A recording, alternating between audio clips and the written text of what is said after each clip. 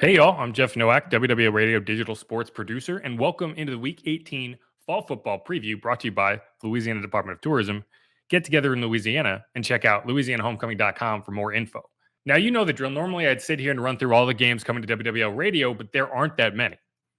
There are only two games coming to WWL AM 870 FM 1053 this weekend.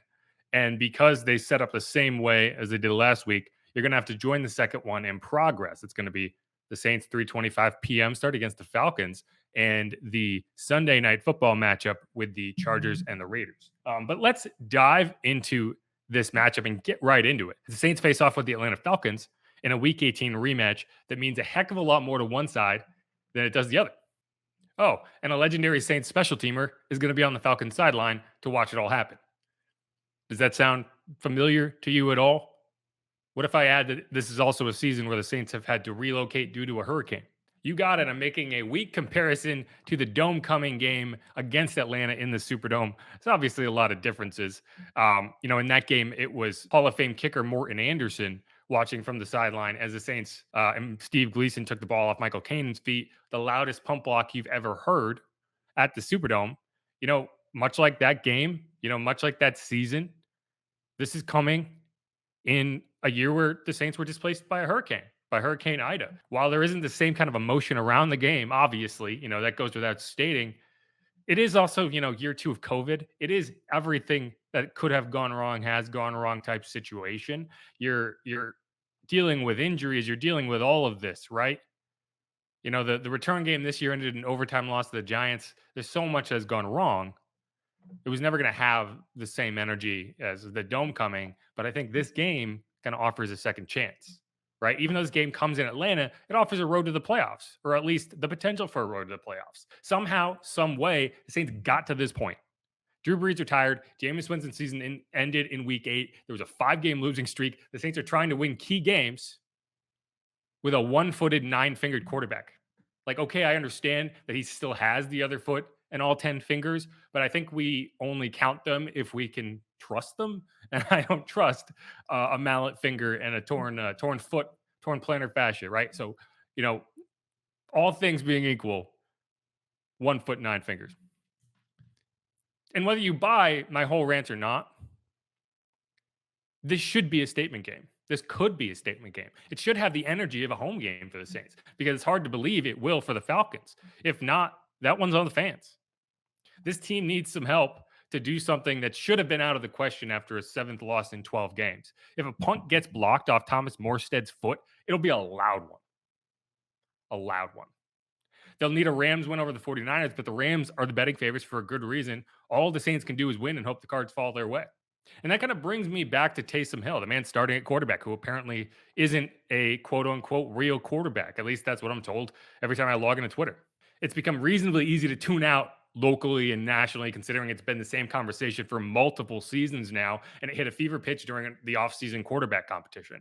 But it's clear it didn't end there. That's when Jameis Winston definitively won the job and started the first 7 games prior to the injury. Both players were on 1-year deals, and it did feel to some extent that every game for Jameis was a test. He quieted a lot of those critics by leading the Saints to winning record. Despite all of this, all these things we've talked about, the Saints were 5-2 when he got hurt, or at least they were on their way to 5-2 when he got hurt in the first half against the Bucs, a game that Trevor Siemian came on in relief and won. But he had already shed the turnover-prone tag that had kind of followed him around for years, right? Whether that was true or not, it was there, and he was able to shed that through his performance. He didn't put up a ton of yards, but, the Saints won. And I think we can all agree that he was playing well, even without gaudy numbers, and the Saints were winning, and it was good football. He looked primed for a full run to the playoffs. He looked primed to kind of put his stamp on his first season as the starter. However it ended, whatever happened the rest of the way, he looked like he was going to get his chance to write that finish. And it didn't happen. It all went sideways in one play. It all went sideways when Devin White decided to pull him down from his pads from behind, and his knee got caught and is done. That was the end of Jameis Winston's season. As frustrating as it is, the Saints had to move on. They moved on with Trevor Siemian. He started 4 games. He lost 4 games. Taysom Hill was recovering from a concussion he had earlier in the season, when that all took place. And he was playing through a painful foot issue when he took over in a loss to the Cowboys and then hurt his finger. At that point, the quarterback competition was over, right? It was over. The quarterback competition is done. And it's not because you don't ever need to go evaluate these quarterbacks again, it's because it doesn't matter for the rest of the season. At that point, the quarterback battle was over. There's no long term analysis being done relative to Jameis and Taysom coming out of this season that we haven't already seen. There's no development of skills for an injured quarterback if the season is over, right? So if that happened, it was already going to be Ian Book's job. And that's when we see kind of the development of a young player when the games don't matter. But the games always mattered. And as long as the games matter, it's going to be Taysom Hill in there because he gives you the best chance to win games. Plain and simple. And something else that's plain and simple, he is the only option. You are not going week to week trying to figure out if he's going to be the guy. He's the starting quarterback as long as he's healthy enough to do it, right? So that's where you look at it and you say, okay, maybe next season we come back and we look and we see what we see and we can make a decision relative to the quarterback position for the future. But right now, it doesn't matter. Right now, Taysom Hill is that guy. Whether you think he's a real quarterback or not, he's going to get a chance. And if that chance gets into the playoffs, I would hope that fans would just put aside this idea that they need to root for one or the other and just root for the Saints to win football games with whoever quarterback is out there, which is going to be Taysom Hill. Okay. And while you don't have to think he's the best quarterback in the world, you don't have to applaud every time he completes a pass, although you should. You don't have to expect miracles out of a guy who what he is at this point in his career. But what you should do is at least appreciate what you're watching, which is a team that has no business to be in this situation, finding a way to win with a guy who has found a way not to turn the ball over and create enough points for a great, great defense to go win games. Whether you want to say that's in spite of Taysom or whatever, first of all, it's not, because in order for a win to be in spite of your quarterback, the quarterback would have to put you behind. He would have to throw a pick six. He would have to give up points in some way. And that's what Taysom Hill has not done. And that's why the defense has been able to tee off with good field position and win these games. Shut out Tom Brady. Hold the Panthers to 10 points. Hold the Dolphins to essentially 13 after a pick six with half the defense out. That's what this team has done. That's what this defense has done. And so when you want to root for Taysom Hill, root for a guy who's doing what it takes. You want to talk about a guy in a quarterback competition, you think that he's going to go into the offseason and say, man, I'm so glad that I didn't put up any numbers because I'm playing smart and I'm playing safe and I'm allowing the defense to win a game. You think he's going to look at this next year and be like, man, I'm so glad that I didn't go out of my way to try to put up big numbers. Because he's not doing that. He's doing what's asked of him. Now you want to say, okay, fine. Can the offense be doing a little more? Sure. The offense could be doing a little more. Taysom Hill could be sharper at points in a game. Receivers could not drop passes. Receivers could win in one-on-ones. But Taysom Hill is playing the right way for the Saints to have a chance. And all we're doing is criticizing whether he can be the long-term starting quarterback or not. It doesn't matter because he's the quarterback this year. You think Giants fans go back and say, man, Jeff Hostetler was so bad. I didn't even enjoy that Super Bowl. I think Ravens fans go back and say, man, I would have enjoyed that Super Bowl win if only it wasn't Trent Dilfer at quarterback. No, you win games. Enjoy it. This doesn't happen every year. It's a feat of pure determination that I think a lot of fans are missing while getting worked out about QB stats. I don't know if it's because there's this underlying idea that the QB battle is still going on, because it's not. This is simply the Saints trying to find a way to make the playoffs after everything went wrong.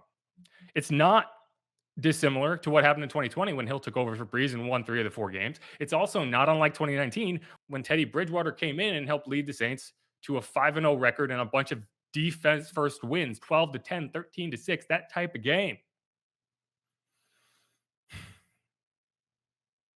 And by the time Breeze was ready to come back, fans were chanting Teddy's name when he sat on the sideline.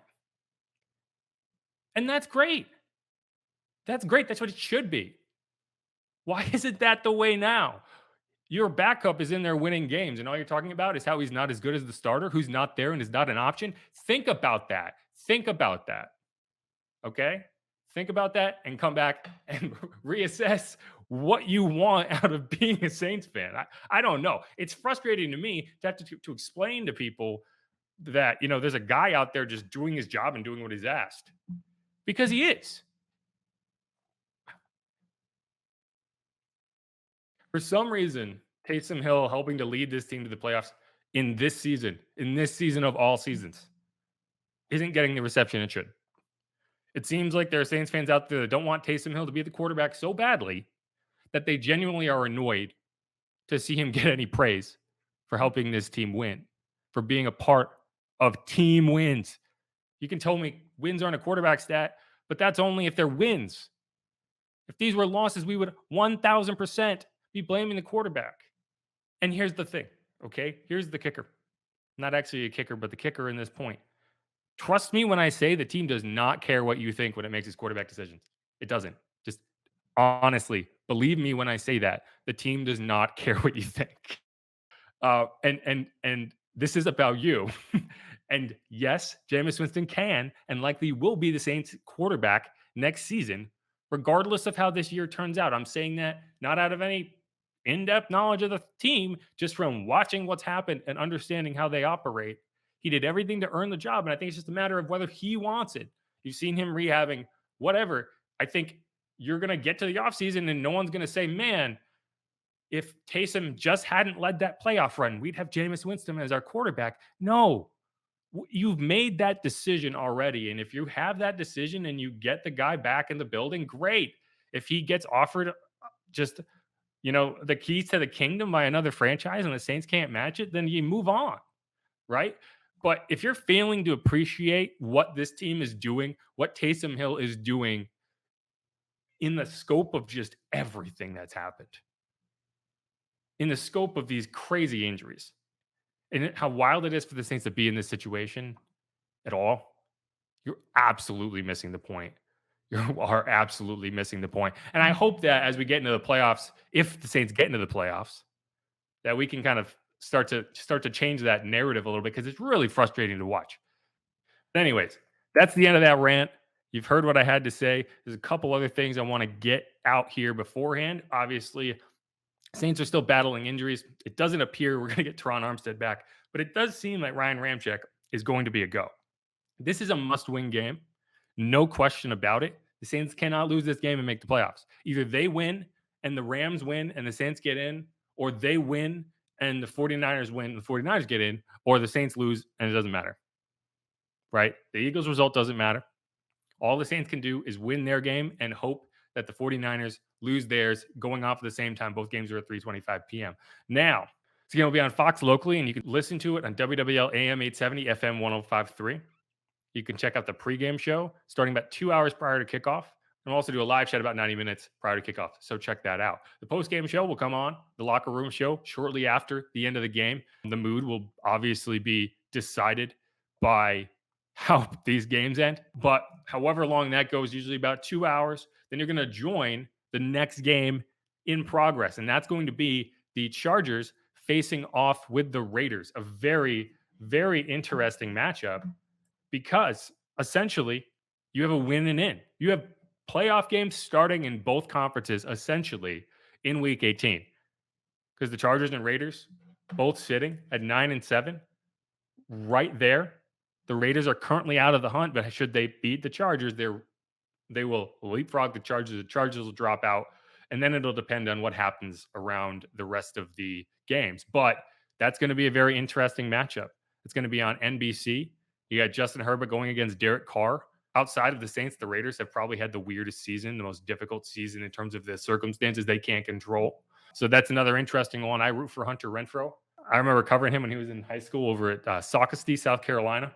And so I'm always a Hunter Renfrow fan. But both of these teams offer a lot. Make sure to check it out on WWL AM 870, FM 105.3. And obviously, it's just going to be a weird week. So you have Saturday games, you have Sunday games, you have no Monday game. And then once you sort out the playoff schedule, that's all going to start up next Saturday, because we're doing Saturday wildcard games now. So you have 2 games on Saturday. I want to say they have 2 games on Saturday, 3 games on Sunday, 1 game on Monday. We won't know the schedule or where the Saints appear if they get there until after the games on Sunday, probably after the Sunday night game.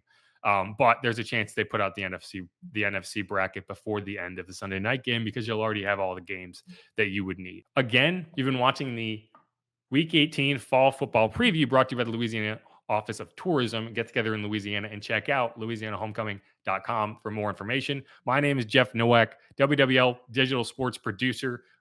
We're getting ready for Saints Falcons at 3:25 p.m. on Sunday. A win and in game. Bobby Hebert wants to hear a hoot at from the fans. Deuce McAllister says he expects it to be a 60-40 split towards Saints fans. Stan Verrett wants a second line. It should be a fun game. Root for the Saints, root for the quarterback, root for the defense. Do what you got to do. Make it loud. Let's see what happens. Saints Falcons starting at 3:25 p.m. Deuce McAllister and Mike Haas on the call. WWL AM 870, FM 1053, followed by Chargers at Raiders, which will join in progress after the Saints post-game show. Again, WWL AM 870, FM 1053. Thank you for watching. Again, my name is Jeff Nowak, WWL digital sports producer. Make sure you check us out on Twitter at WWLAMFM. Check me out on Twitter at Jeff_Nowak.